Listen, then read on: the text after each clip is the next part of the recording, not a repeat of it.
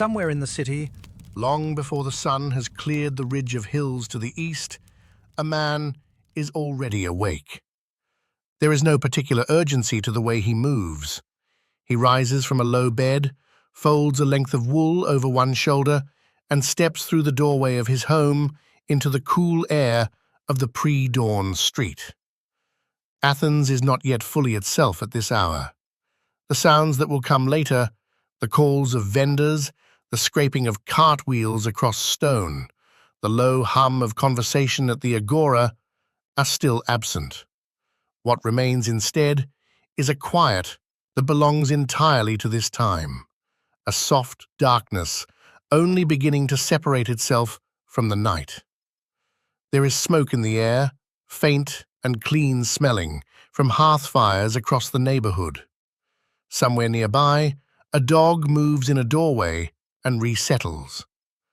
The man is a potter.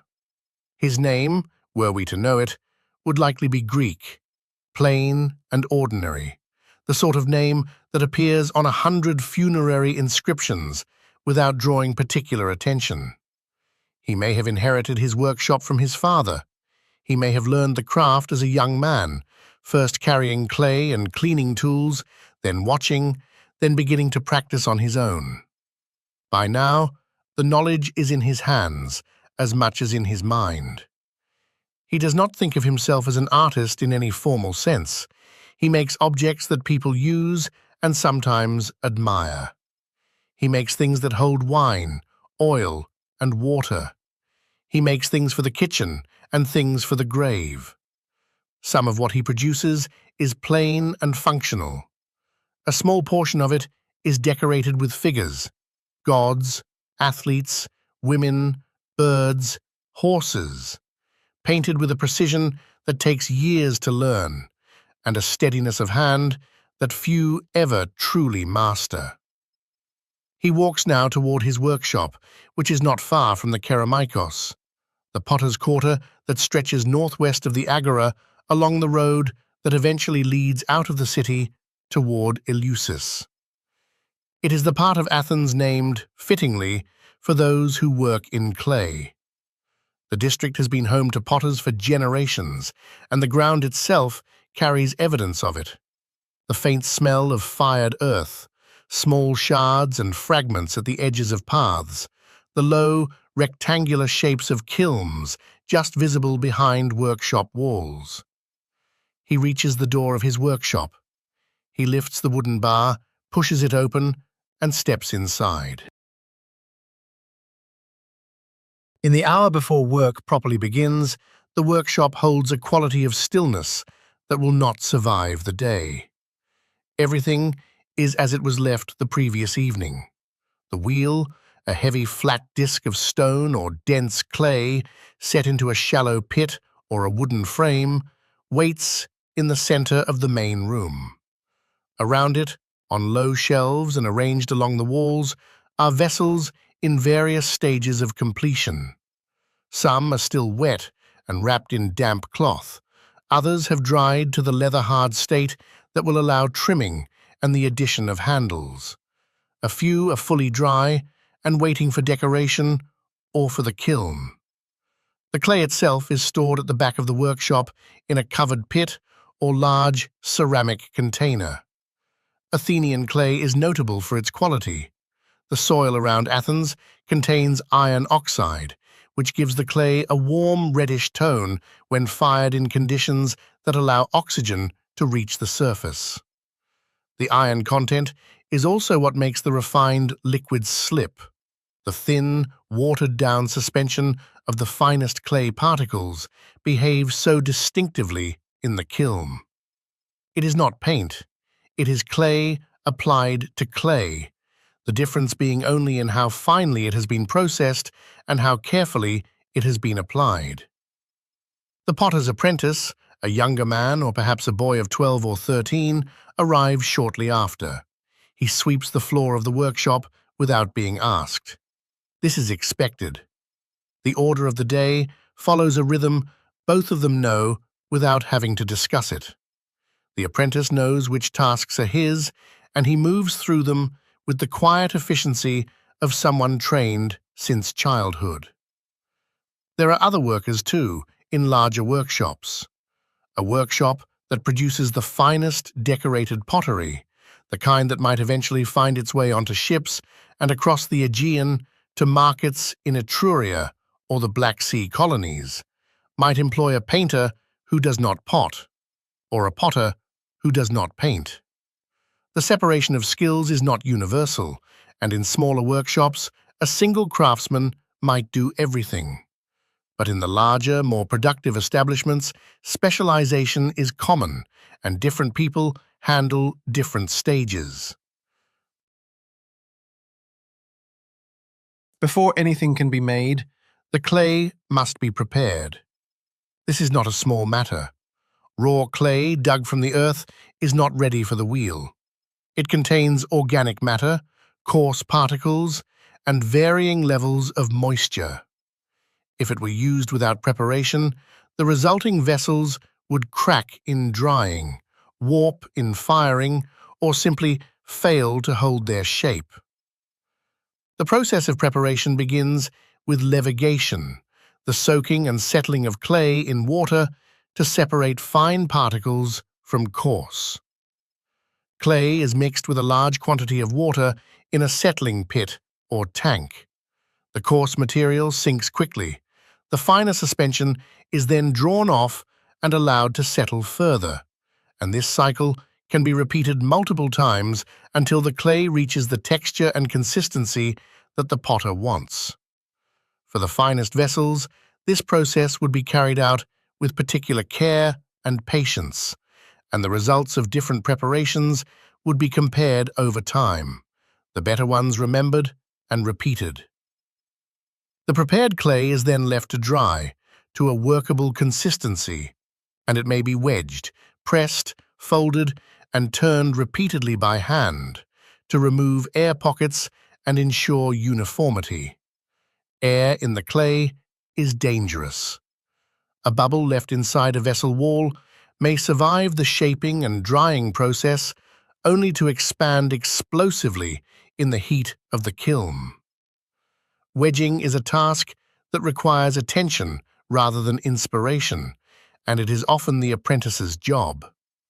The quality of the clay matters greatly to the final product. Athenian potters had access to clay deposits that over time they came to understand very well. The iron content, the way the clay behaved at different stages of drying, the shrinkage rate as moisture left the body, all of this was knowledge accumulated over generations and passed from one potter to the next through practice rather than through written instruction. A potter who had worked in the same workshop for 20 years had built up, almost without knowing it, a detailed mental record of how that particular clay behaved, what it required, and how it rewarded or punished certain choices. There are no manuals. There are no guild documents describing the correct preparation of clay. There is only the workshop, the hands, and the accumulated memory of those who came before. The potter's wheel is ancient by the time our potter uses it. Versions of the wheel had been in use in the ancient Near East for several thousand years before Athens became the center of the Greek pottery trade. The wheel, used in a 5th century Athenian workshop, would have been simple by later standards. A heavy disc, sometimes made of stone, sometimes of dense fired clay, mounted on a vertical axle set into a bearing at floor level. The disc is set in motion by kicking or by pushing with a stick, and it turns freely on its axle. The potter then works the clay on the upper surface of the spinning disc. The combination of centrifugal force and the pressure of the potter's hands allows the clay to be opened, drawn upward, and shaped with a control and speed that hand building cannot match. This moment, the opening of the clay on a spinning wheel, is one that requires a particular quality of attention. The hands must be wet. The clay must be centered precisely. If it is not, The vessel will wobble as it rises, and the walls will be uneven. The potter presses down with both thumbs into the center of the clay, then opens it outward, creating the floor of the vessel. The walls come up gradually, pulled between the fingers and thumb of both hands moving together. Inner hand pushing out, outer hand pressing in. The clay rising in slow spirals. The wheel does not do the work alone. It offers a surface in motion and nothing more. Everything else depends on the sensitivity of the hands to the changing thickness of the wall, the steady but adaptable pressure that keeps the clay moving without tearing it, the slight rocking of the body that transfers force economically into the clay. A skilled potter can raise a large vessel in a surprisingly short time. A smaller piece, a cup or a small oil flask, might be finished in a matter of minutes once the clay is centered. Larger vessels require more time, and some require multiple sessions because the clay must be allowed to stiffen slightly before additional height can be added without the walls collapsing under their own weight. The largest vessels in the Athenian repertoire, the tall storage amphorae, the stately craters used for mixing wine and water at dinner parties, the broad-shouldered hydriae carried by women to the fountain, the tall lutrophoroi used in wedding and funeral ritual, are not made in a single session at the wheel. They are made in parts. This is not a compromise or a sign of limited skill. It is rather a practical response to the physical properties of clay. A wet clay cylinder of any significant height will slump. The lower portion, bearing the weight of everything above it, will deform outward as it loses the structural rigidity that only partial drying can provide. The solution is to make the base section first, allow it to firm to leather hard, and then add further sections on top. The neck of a large amphora might be thrown as a separate piece. The body is made in 2 or more sections. The foot, the ring or disc on which the vessel stands, is often added as a separate element, trimmed and attached when the body has reached the right stage of dryness. Handles are almost always the last element to be added, and they are formed by rolling or pulling soft clay into elongated curves, then pressing and smoothing them onto the vessel's surface. Joining is done with slip, a thin paste of the same clay mixed with water to a consistency between liquid and soft solid. Slip acts as an adhesive and also helps to fuse the two surfaces if they are pressed together with care. The join must be made when both surfaces are at the same stage of moisture content. If one is too dry and the other too wet, the differential shrinkage as they dry further will cause the join to crack. After joining, the seam is smoothed away. A careful potter will burnish the outer surface with a smooth stone or a worn piece of pottery, compressing the clay surface and giving it a slight sheen. The vessel, even before decoration, already has a quiet dignity to it. The undecorated form expressing something about proportion and balance that speaks on its own. There is a particular quality to clay when it has dried to the leather-hard stage. It holds its shape firmly. It can be carved without crumbling. It can be turned on the wheel for trimming without distorting. And yet, it still contains enough moisture that two pieces can be joined to each other with slip, and that the surface responds to a metal tool without tearing. The potter and his apprentice spend a portion of each day at this stage. Vessels thrown the previous day are now leather-hard and ready for attention. The amphora, standing on the shelf, has a slight roughness at its foot where the clay was cut from the wheel. The potter inverts it, places it on a pad of soft clay at the wheel's center to hold it steady, and begins to turn the wheel slowly while holding a metal or bone trimming tool against the foot. The excess clay comes away in thin spirals or small flakes, and the foot ring takes on its final form, a clean, precise ring that will allow the vessel to stand evenly.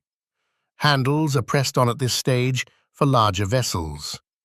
The potter has prepared them earlier, rolling a length of clay between his palms and the table into an even cylinder, then curving it into the shape he wants, letting it stiffen slightly.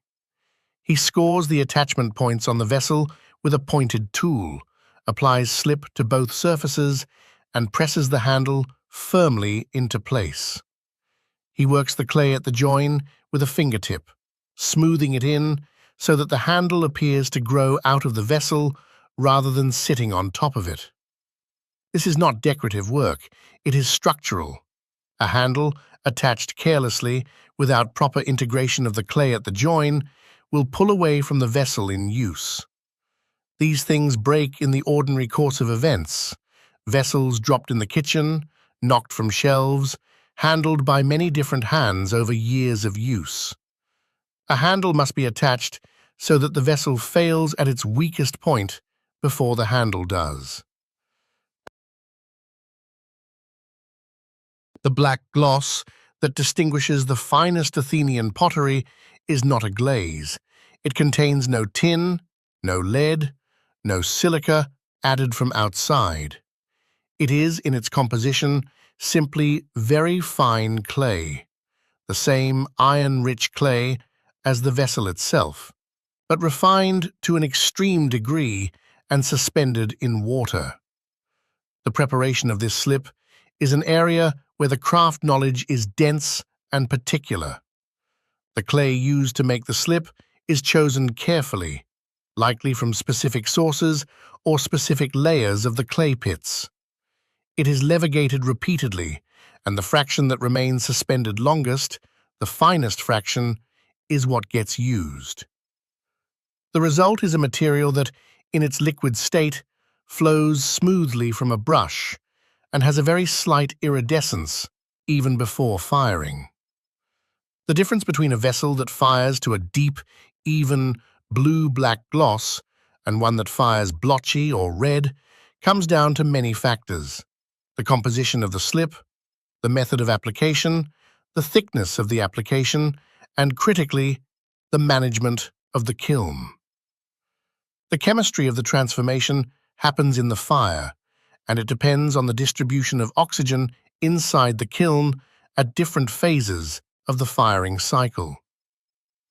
Brushes for applying the slip are probably made from hair, animal hair bundled and bound to a wooden or reed handle, and they come in many sizes. Fine lines require a very fine brush with just a few hairs.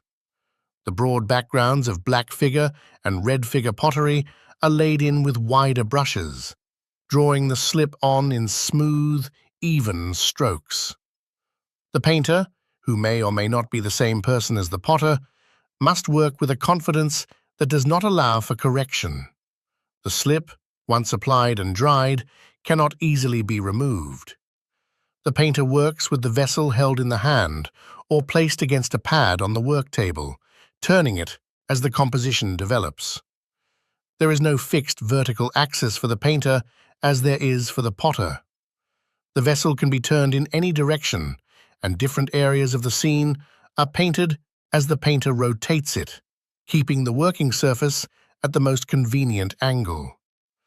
This intimacy with the object, the constant handling of it through the decoration process, means the painter knows the shape by feel as much as by sight.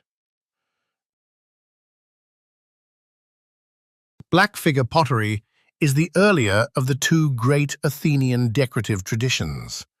Its defining quality is that the figures, human beings, gods, animals, mythological creatures, are painted onto the clay in slip, so that after firing they appear black against the warm red-orange of the unslipped clay background. The figures are first outlined or filled in with the iron-rich slip. When the slip has dried to the right consistency, no longer wet, but not yet fully hardened, the incision work begins. A pointed metal tool is drawn through the slip to reveal the lighter clay beneath, creating lines that define the interior detail of the figures, the folds of a garment, the muscles of a leg, the individual feathers of a bird's wing. The incised line is precise and fine, and it does not allow for hesitation. White and a purplish-red color could be added on top of the slip to distinguish certain elements.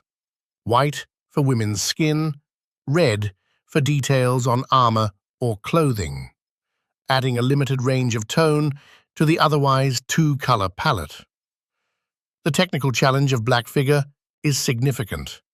The figures must be planned before the slip goes on. There is no underdrawing that would survive the firing to guide later work. Preliminary sketch lines made in a blunt point on the leather-hard clay leave very faint grooves that can serve as rough guides. But the final figure must emerge from the painter's hand with its proportions and composition largely predetermined in the mind. Some of the painters who worked in this tradition were extraordinarily skilled. We know a few of their names from vessels that were signed, a relatively rare practice since the great majority of ancient pottery carries no signature at all.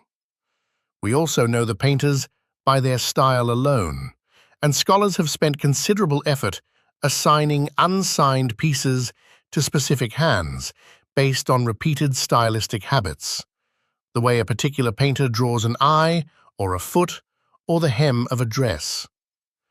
By the late 6th century, black figure had been the dominant technique for about a century. It was a tradition fully matured and technically refined, producing work of great quality. But it was also by this point about to be joined and eventually overtaken by something new. Around 530 BCE, something changed in the workshops of the Keramichos. A technique emerged that reversed the relationship between figure and ground. Instead of painting the figures in black slip and leaving the background as bare clay, the painters began to paint the background in slip and leave the figures as reserved areas of unpainted clay. The figures, remaining the reddish-orange of the clay surface, now stood out against a deep black background. This reversal seems simple in description. In practice, it opened up a fundamentally different kind of mark-making. In black figure, the detail within a figure had to be incised, cut into the applied slip with a pointed tool. In red figure, the interior detail could be painted directly onto the reserved clay surface with a brush, using the same iron-rich slip, but now applied in thin, dilute washes of varying tone, or in firmer drawn lines. The result was a flexibility of line that incision could not achieve. The muscles of a figure could now be suggested with a curved line rather than a cut groove. The drapery of a garment could flow with the soft quality of brushwork rather than the sharp precision of an incised tool. Expressions, though still generally very contained by modern standards, could be rendered with greater subtlety. Figures could be shown in three-quarter view, or with limbs overlapping in ways that the black figure convention made difficult. The transition was not immediate. For a period of perhaps 20 to 30 years, around and after 530 BCE, both techniques were practiced simultaneously, and some vessels, called bilingual amphorae, carried black figure decoration on one side and red figure on the other, made in the same workshop. These bilingual pieces are fascinating not only as objects, but as evidence of a moment of genuine artistic transition, when the old and new existed side by side in the same hands. The invention of red figure is traditionally associated with the painter and workshop of Andokides, working in Athens in the late 6th century. The signed vase associated with this workshop survives and can be seen in museum collections today. Whether the technique was the invention of one individual or emerged through the collective experimentation of several workshops at roughly the same time is not something we can know with certainty. What is clear is that the new technique spread quickly and came to define the finest Athenian pottery production for the following century and a half. The distinction between the person who makes the vessel and the person who decorates it is one that appears frequently in discussions of Athenian pottery. But it should be held lightly. In many workshops, especially smaller ones, a single craftsman did both. In larger establishments, there was likely a clearer separation, with people who specialized in potting and others who specialized in painting. What the surviving signatures tell us is interesting. Some vessels are signed twice, once with a word that identifies the potter and once with a word that identifies the painter. Others are signed by just one person, and sometimes that person identifies themselves as both. The signatures read roughly as maker or painter claims of authorship, and while they are too few in number to draw broad conclusions from, they do suggest that both potters and painters sometimes felt their contribution worth recording. The workshop itself was a social space as well as a productive one. Apprentices learned by watching, then by attempting progressively more demanding tasks. A young person beginning work in a pottery workshop might spend the first years doing the tasks that required the least specialized skill and the most physical reliability: carrying clay, preparing the wedging, filling and cleaning the settling tanks, keeping the fire in the kiln. Gradually, with attention and aptitude, the more skilled tasks would become accessible. We know from various sources, representations on pottery itself, references in ancient texts, and the logic of craft transmission, that pottery was predominantly male work in Athens.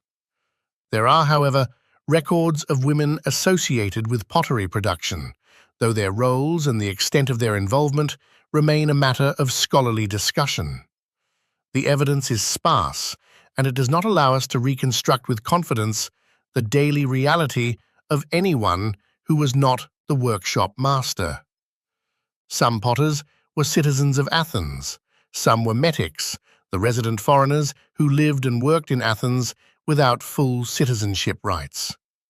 Some may have been enslaved people working in workshops owned by others. The craft itself did not confer social status. In fact, the manual nature of the work placed it below the activities considered most worthy of a citizen's time by certain Athenian philosophers and writers. And yet the workshops were producing some of the most technically accomplished decorative objects in the Mediterranean world. Objects that were sought after across enormous distances. The middle hours of the day are the most active. By now, the wheel has been turning for some time. The apprentice has prepared a fresh quantity of wedged clay and set it near the wheel. The potter works through his shapes methodically, not one at a time, but in batches, because the efficiency of the wheel comes from establishing a rhythm and maintaining it.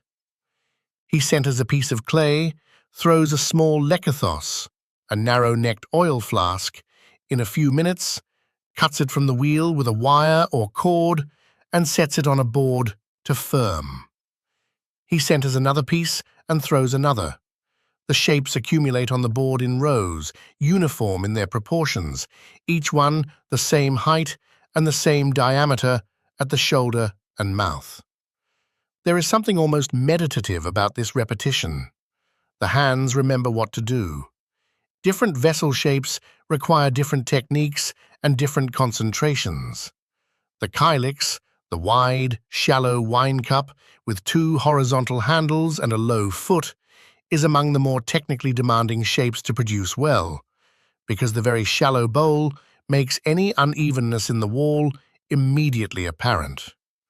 The foot of the kylix is often hollow and trim-turned to a particular elegant thinness. Some kylix feet are thrown separately and attached. The hydria, the water-carrying jug with its distinctive three-handle arrangement, two horizontal side handles and one vertical handle at the back for pouring, is made in sections, with the neck thrown separately and joined to the shoulder when both are leather hard.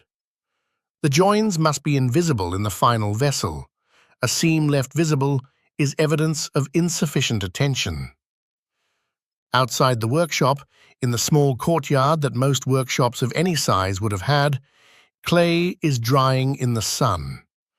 Some vessels from yesterday's throwing sit on boards raised slightly off the ground. The drying must be managed. Too fast in direct sun, and the outer surface dries before the interior, causing surface cracking. Too slow, and the vessels remain soft longer than is useful. The potter moves some of the vessels into shade without being asked. It is a habit of attention, an awareness of the work at all stages simultaneously. The sounds of the neighborhood have grown around the workshop as the day has advanced. Somewhere on the road outside, a donkey is moving past with a loaded pannier. The voices of other craftsmen carry over the low walls. The potter registers all of this without being distracted by it. His attention is divided only among the vessels themselves. When the vessel has been dried, trimmed, and prepared, the painter's work begins. The order of this, whether the potter and the painter are the same person or different ones, varies, but the logic of the process is consistent. The vessel must be in the right state, dry enough that the surface is firm, but not so dry that the slip applied in decoration will not adhere properly. In red figure work, the painter begins by applying the background. The great black expanses of the background, which, in the finished vessel, seem like a kind of infinite depth behind the figures, are painted on in the iron-rich slip with a wide brush, careful to leave the figure areas in reserve. The reserved areas are the figures themselves, the bodies, faces, and attributes of the painted characters, left as bare clay to show the warm, red-orange tone after firing. The brushwork within the figures comes next. Fine lines describe anatomy, clothing folds, the details of faces. These lines are drawn with a confidence that suggests extensive practice. There are no restarts, no second thoughts that can be seen in the finished work.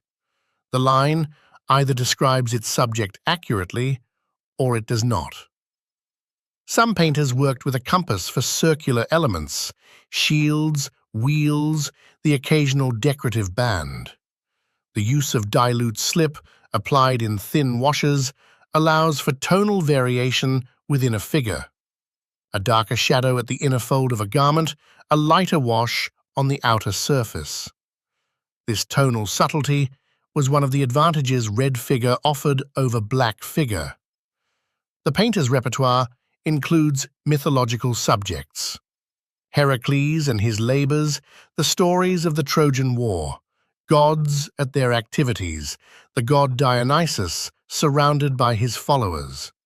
It also includes scenes from daily life, athletes in the gymnasium, revelers at symposia, women at the loom or at a fountain, komos processions, farewells before battle.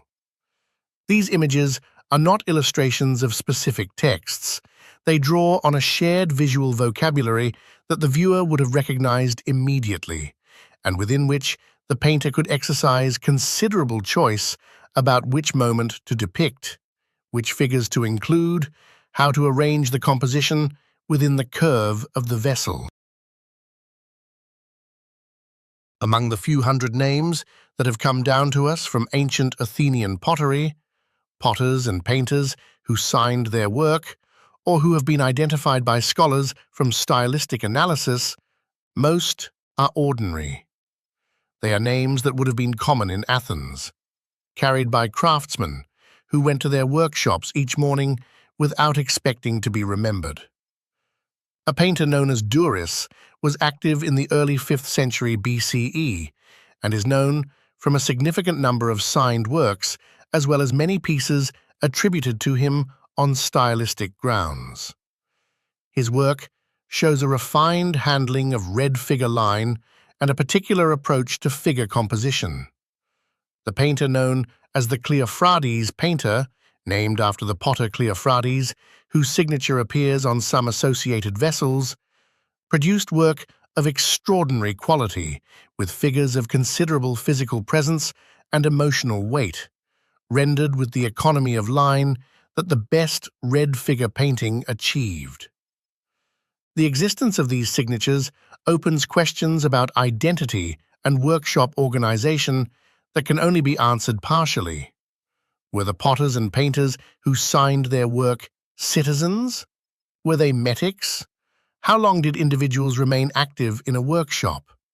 How did the workshop master recruit and retain skilled painters? These are questions the surviving objects raise, but cannot fully answer. What the objects do demonstrate is a sustained culture of skilled craft production, maintained across generations and across changing market conditions. The transition from black figure to red figure did not happen through the collapse of old workshops and the rise of entirely new ones. It happened through the gradual adoption of new methods by existing craftsmen working in established studios. The pottery workshops of Athens were, in this sense, institutions as well as workplaces, spaces where knowledge accumulated and was transmitted, where standards were established through practice and maintained through apprenticeship, and where the objects that we now study in museum cases were made in quantities that made them ordinary and affordable within their own time. The kiln is the last test, and it is the test that cannot be entirely controlled. Every vessel that a potter makes with skill and patience and long attention still faces the possibility of failure in the fire. A crack in the wall, an air bubble not caught in the wedging, a join made with too little care. Any of these can cause a vessel to fail in the kiln. And beyond the individual vessel, the management of the firing atmosphere inside the kiln affects the final color and gloss of every piece inside it. Athenian kilns were updraft kilns, a fire burning at the base, heat rising through a perforated floor into the upper chamber where the vessels were stacked. The vessels would be loaded carefully, placed so that they did not touch each other in ways that would prevent the heat from reaching them evenly or cause them to fuse. Small clay supports and separators were used to keep vessels in the right positions. The firing process proceeded through 3 broad stages, and the management of each stage was critical. In the first stage, the kiln was fired with a good supply of air, an oxidizing atmosphere, at a steadily rising temperature. In this phase, the iron in both the clay body and the slip oxidized, turning the whole surface of the vessels a reddish-orange color. The clay body and the slip looked similar at this point because the chemistry of transformation had not yet completed. The second stage was the critical one. The temperature was raised further to somewhere in the range of perhaps 900 to 950 degrees Celsius, and at this point, the supply of air was reduced, and the combustion of wet or green wood, or the introduction of organic smoke, created a reducing atmosphere inside the kiln, an environment where the products of combustion were not fully oxidized, and where the gases inside the kiln were hungry for oxygen. In this atmosphere, the iron in the slip and in the clay body behaved differently. The slip, being very fine and dense, was converted to a black iron compound. The clay body, being coarser and more porous, was also affected, but the transformation was less complete. The third stage reversed this. The kiln was returned to an oxidizing atmosphere by allowing air back in. The temperature might drop somewhat during this phase. The coarser clay body re-oxidized, returning toward its reddish-orange tone. But the very fine, dense slip remained black. The sintering of the particles during the high-temperature reduction phase had closed off the surface, preventing re-oxidation. The result, after cooling, was the characteristic two-tone appearance of Athenian painted pottery: black figures or black background, and a red clay ground.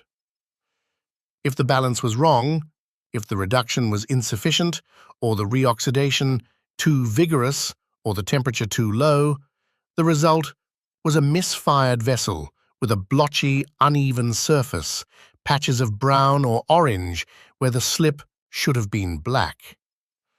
These misfired pieces still happened, even in skilled workshops. Some were discarded. Others were kept because the vessel itself was intact and functional, the decoration only imperfect. Some survive with ancient repairs, small drilled holes and metal staples used to fix cracks, evidence of vessels valued enough to mend rather than discard. The kiln takes time to cool. The potter does not open it immediately. A vessel taken from too hot a kiln may thermal shock and crack. The cooling must be gradual, and patience is required here as it is required at every other stage of the process. When the kiln is cool enough to open, the potter and his apprentice unload it together. The vessels come out warm and are examined in the light. Most are good. The black is even and deep, the clay, ground, a consistent, warm red. The handles are intact, the joins have held. These pieces will go to the workshop's storage area and eventually to the market. A few might be less successful. A cup with a small crack from a trapped air bubble, still useful but not perfect. A lekathos, where the neck join failed under the thermal stress and has separated. This one is broken and will be discarded. A large crater with a slight warp in the foot, perhaps from uneven heat distribution in the kiln. The potter examines this last piece carefully, turning it in his hands. The decoration is excellent. The warp is slight. He sets it aside rather than discarding it. Someone may still want it. The finished vessels are stacked carefully. They are fragile, or rather, they are as fragile as all pottery is. Not especially vulnerable compared to metal or wood under normal conditions, but absolutely unforgiving of being dropped or knocked sharply. They have survived the fire. They need now to survive the journey to the market and then the daily life of whoever buys them. Athens had markets for pottery. The Agora, the open civic space at the heart of the city, was surrounded by shops and stalls, and pottery was among the goods that circulated there. A workshop in the Keramikos was not far from the Agora, and the potter might carry his own goods to the market, or he might have arrangements with a trader who handled the selling. For fine, decorated pottery intended for export, the sale would not happen at a local street stall. These pieces entered into trading networks that connected Athens to distant markets, to Etruscan cities in central Italy, where Attic pottery was prized and accumulated in wealthy tombs, to colonies on the shores of the Black Sea, to cities in Asia Minor and along the Levantine coast. Athenian pottery has been found in enormous quantities at archaeological sites from Spain to the eastern Mediterranean, testimony to the reach of the trading networks through which it moved. A merchant who wished to purchase a quantity of pottery for export would come to the workshop, examine the stock, negotiate a price. The pots would be packed for transport, probably nested together with organic material between them to prevent them striking each other during the voyage. They would be loaded onto a ship and sail, taking weeks or months to reach their destination. The potter who made them would have no knowledge of where they eventually arrived or whose hands held them. The majority of pottery production was not for export, however. Most of what an Athenian workshop made was for local use. The plain, undecorated kitchen pottery, the simple utility amphorae for storing oil and wine, the everyday cups and jugs that filled every household. These objects were not valued for their decoration, they were valued for being watertight, for being the right shape and size for their purpose, for holding together under the daily demands of kitchen and table. This unremarkable functional pottery was made in far greater quantities than the fine decorated wares.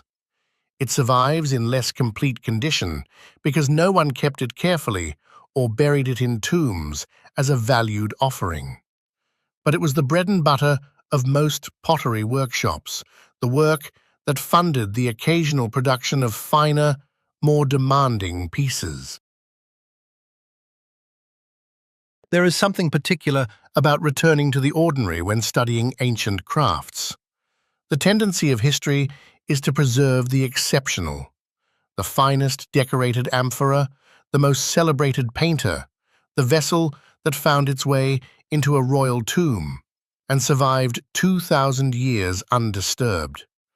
What tends not to survive, except as fragments in the ground, is the everyday. The cracked water jar that was thrown away, the plain cup broken in the kitchen on a Tuesday afternoon in 450 BCE, the small oil flask that a child knocked from a shelf and that was swept away with the day's dust.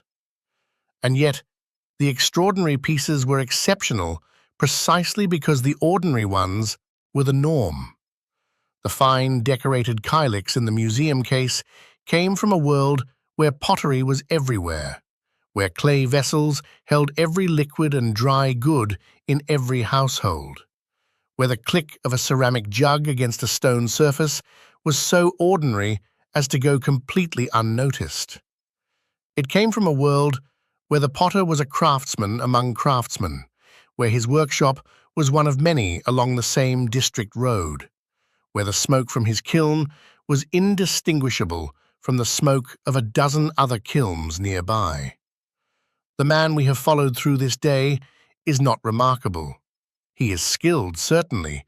The skill required for any stage of the Athenian pottery tradition is real and demands respect. But he is not famous. He will not sign his work today. The pieces he produces will go to the market, some of them decorated and some of them plain, and they will be bought by people who need them, and they will be used, and they will be broken, and most of them will be lost. What survives from his day's work, if anything, will survive by accident, buried in destruction debris, lost in a shipwreck, placed in a grave, and left undisturbed. It will be found in a future that neither he nor anyone in Athens can imagine, and it will be examined by people who will try very carefully to understand how it was made, and by whom, and for what purpose. The workshop at the end of the day is much as it was at the beginning, except that the day's work is visible. The new vessels drying on their boards, the kiln cooling in the courtyard, the tools cleaned and set aside, the clay pit covered again. The apprentice sweeps the floor once more. The potter extinguishes the small lamp burning by the work area, and the workshop returns to its nighttime quiet.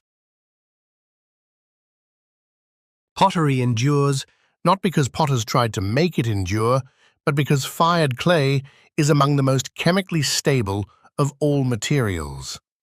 A vessel broken 2,500 years ago survives as fragments, and those fragments can be dated, analyzed, reconstructed.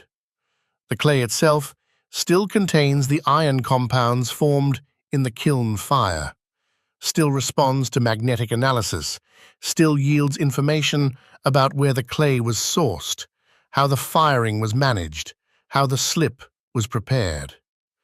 In the great museum collections, in Athens, in London, in New York, in Munich, in Rome, the vessels sit in cases and carry within them a condensed record of the workshops that made them.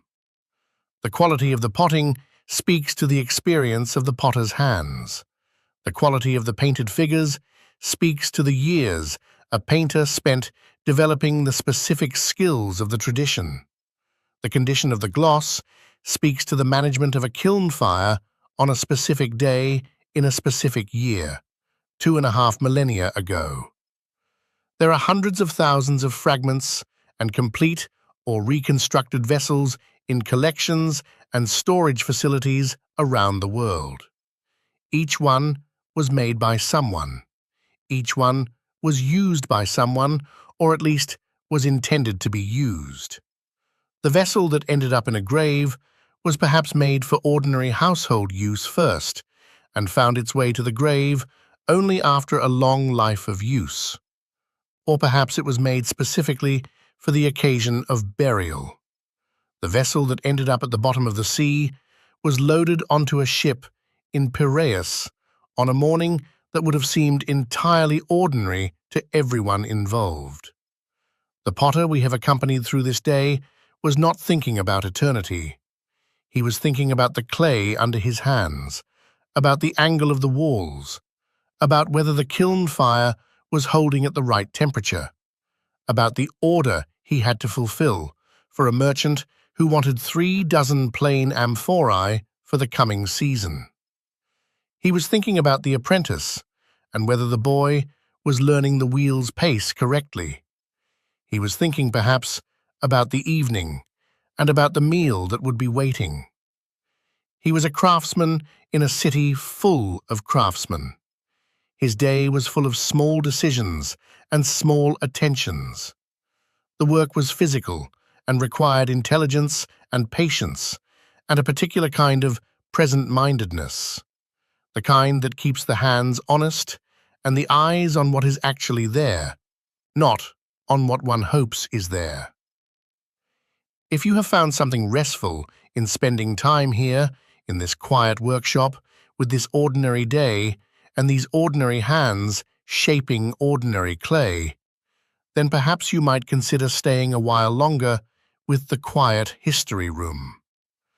There are more days like this one to explore, other crafts, other cities, other lives from deep in the human past. If there is a particular corner of history you would like to sit with, leave a word or two in the comments, and we will see what can be arranged. The wheel slows, the kiln cools, the day ends as it began, in quiet.